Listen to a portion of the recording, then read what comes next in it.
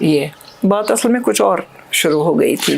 میں پوچھ رہا تھا کہ اس دور کا جو ریڈیو تھا broadcast the state and status of broadcasting بالکل in 1983 when you joined the جی وہ بات the اصل radio. میں تھی کہ یہ ٹریننگ سینٹر سمجھا جاتا تھا.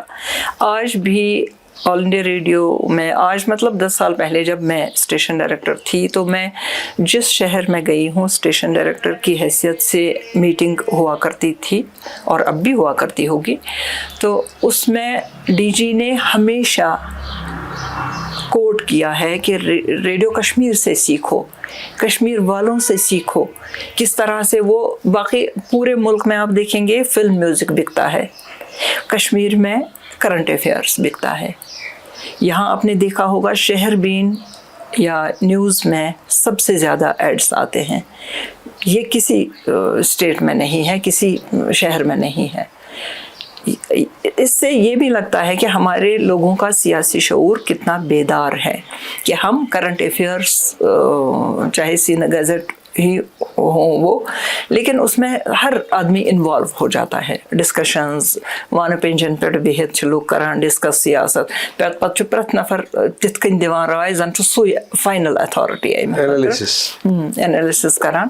تو وہ ہے کشمیریوں میں سیاسی شعور بڑا بیدار ہے, اور اس وجہ سے بھی ریڈیو ایک منفرد ریڈیو کشمیر ایک منفرد ادارہ ہے پورے ملک میں کہ ہمارا شہر بین یا نیوز اورینٹڈ پروگرامز وہ زیادہ ارن کرتے ہیں ریونیو.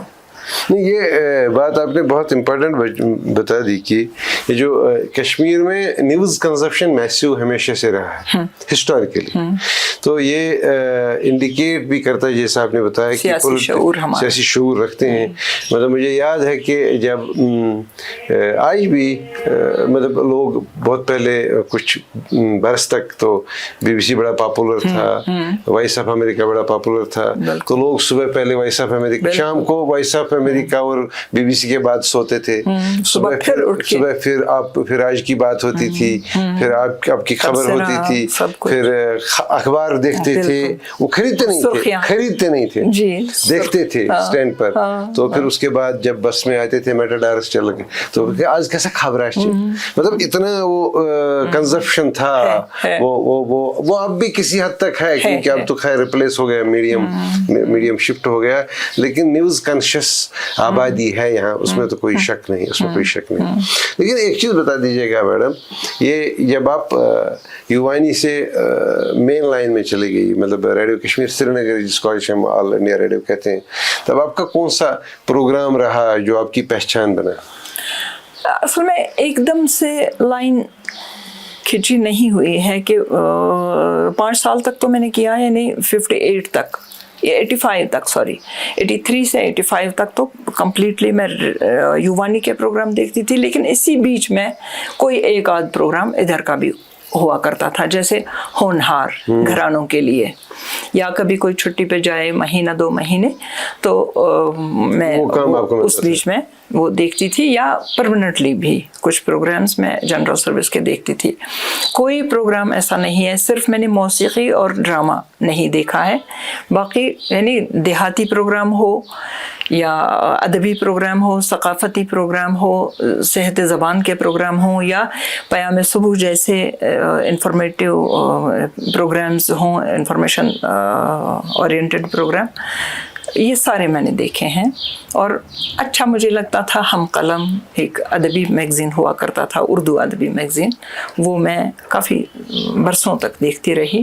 مشاعرے, اس وجہ سے کچھ آل انڈیا مشاعرے میں نے کیے جب تک میں ادبی پروگراموں کی انچارج رہی. تو اس میں بھی کریم جو ہندوستان کی ہے شاعروں کی, وہ ہم ان کو یہاں بلاتے تھے, جیسے ندا فاضلی, شہریار, کیفی اعظمی, یہ مخمور سعیدی, مطلب بڑے بڑے لوگ اس میں آیا کرتے تھے. زبیر رضوی جو پہلے خود ریڈیو کا حصہ ہوا کرتے تھے, ان کو میں نے بلایا ہے. تو ریڈیو کی وجہ سے پورے ملک کے ساتھ میرا رابطہ تھا, پورے ملک کے رائٹرز کے ساتھ رابطہ تھا, اور اب بھی مطلب ہے. اب اس حیثیت میں نہیں ہے، لیکن کچھ آن لائن پروگرامز ہوا کرتے ہیں، یا ویسے بھی مشاعروں میں باہر کے مشاعروں میں جاتی رہتی ہوں، کبھی کلکتہ، کبھی کہیں اور گوا میں، کبھی ممبئی، تو جاتی رہتی ہوں. میں بنگلور میں بھی ساتھ وہاں کی بنگلور اردو اکیڈمی ہے، وہاں بھی جاتی رہتی ہوں میں. تو پروگرامز تو ہوا کرتے ہیں. یا شاید آپ کو یاد ہوگا ایک بین الاقوامی تنظیم ہے یہاں بنات خواتین کی، اس کی میں سرپرست ہوا کرتی تھی. پھر میں اس سے الگ ہو گئی، کیوں ہو گئی وہ الگ مسئلہ ہے. تو ان کی طرف سے میں نے ایک یہاں کرائی، وہ ہولی سولی میں نے کی 3 دن کی ایک کانفرنس خواتین کی. اس تنظیم کی جموں کشمیر بینک سے مدد لے کے، academy of art culture and languages سے مدد لے کے، مطلب کچھ چیزیں انہوں نے اسپانسر کی، کچھ انہوں نے اسپانسر کی، کچھ ہوٹل میں اکاموڈیشن جو تھا ان کا انہوں نے کنٹریبیوٹ کیا. شہنشاہ والو نے وحشی سعید صاحب جو خود ایک رائٹر ہیں، مطلب منیمم ریٹس پر انہوں نے اکاموڈیشن دی. تو اس طرح سے مطلب بڑی کامیاب وہ نیشنل لیول کی ادبی کانفرنس تھی خواتین کی. اس طرح سے کئی مطلب انعقاد کیا ہے میں نے، کئی فنکشنز کا، نیشنل لیول کا بھی، اور مقامی سطح پر تو ہے ہی، کرتے ہی رہتے ہیں. آپ کی شاعری پر تو بات کریں گے ہی، لیکن مجھے یہ بتا دیجیے براڈ کاسٹنگ میں آپ کا کوئی رول ماڈل تھا جس کو دیکھ کے آپ کہتے ہیں میں ایسا کرنا چاہتی ہوں؟ نیئر صاحب کے انٹرویوز بہت اچھے لگتے ہیں. جب بھی ان کا کوئی پرانا آرکائیوز میں سے کوئی انٹرویو چلتا ہے تو اتنا مزہ آتا ہے. ان کا انداز بولنے کا، پھر زبان پر بھی عبور، پھر ایک سٹائل بات کرنے کا، وہ اچھا لگتا تھا. کے نیئر یہ اسٹیشن ڈائریکٹر یہاں ہوا کرتے تھے. جن دنوں میں نے جوائن کیا اس سے پہلے ہی یہاں سے وہ ٹرانسفر ہو کے گئے تھے، تو وہ اچھے لگتے تھے. یا اسی طرح سے اگر کردار اور شخصیت کی بات کرنی ہو تو بشارت صاحب. کون بشارت صاحب؟ بشارت احمد جو بعد میں دوردرشن سے ریٹائر ہوئے ایز ڈی ڈی جی. آج کل ان کی طبیعت خراب ہے، تو بلکہ ریڈیو میں آنے کا سبب ہی میرا وہی بنے. انہوں نے مجھے انفارمیشن دی کہ اتنا ہی کیا ہے، کوئی یہ نہ سمجھے کہ ان کی وجہ سے میں آئی ہوں. ان کی وجہ سے اس حد تک آئی ہوں کہ انہوں نے گائیڈ کیا کہ جاؤ فلاں اخبار میں چھپا ہے ایڈورٹیزمنٹ، وہ اپلائی کرو. تو میں نے اپلائی کیا اور شکر اللہ کا سلیکشن ہو گیا. تو وہ ایک مثالی کردار تھے، میں یہ سمجھتی ہوں ریڈیو میں، کریکٹر وائز بھی اور علم کے اعتبار سے بھی، اور بولنے کا جو ان کا انداز تھا اس لحاظ سے بھی بہت اچھے. ضرور پوچھنا چاہوں گا کہ آپ کی ہمسائیگی میں دوردرشن بھی تھا، آپ وہاں کبھی گئے نہیں، حالانکہ مطلب سسٹر آرگنائزیشنز ہیں، وہ بھی سرکار کا، وہ بھی پبلک براڈ کاسٹر ہے، یہ بھی پبلک براڈ کاسٹر ہے. آپ کیوں نہیں گئے وہاں؟ جس نے شروع کیا ہو ریڈیو سے اور ڈیڈیکیٹڈ اسی میں گم ہو گیا ہو، اس کے لیے پھر شاید ایڈجسٹ ہونا اس ماحول میں شاید یہ نہیں ہے. ایک تو ٹیکنیکل لیول پہ بھی ہمارا آسان ہے ریڈیو کا پروگرام کرنا، اٹھے اور نکلے ایک ٹیپ ریکارڈر لے کے جہاں مرضی. اب تو ٹیپ ریکارڈر لینے کی بھی ضرورت نہیں ہے، اب موبائل فون آپ کے پاس ہے، تو جہاں چاہیں آپ. میں پرسنل پکنک پہ جب جاتی تھی تو وہاں سے کوئی نہ کوئی ریکارڈنگ کر کے لاتی تھی. کہیں پرسنل دعوت میں گئی ہوں کہیں، تو وہاں سے ریکارڈنگ وہاں کے لوگوں کی لائی اور چلائی صبح.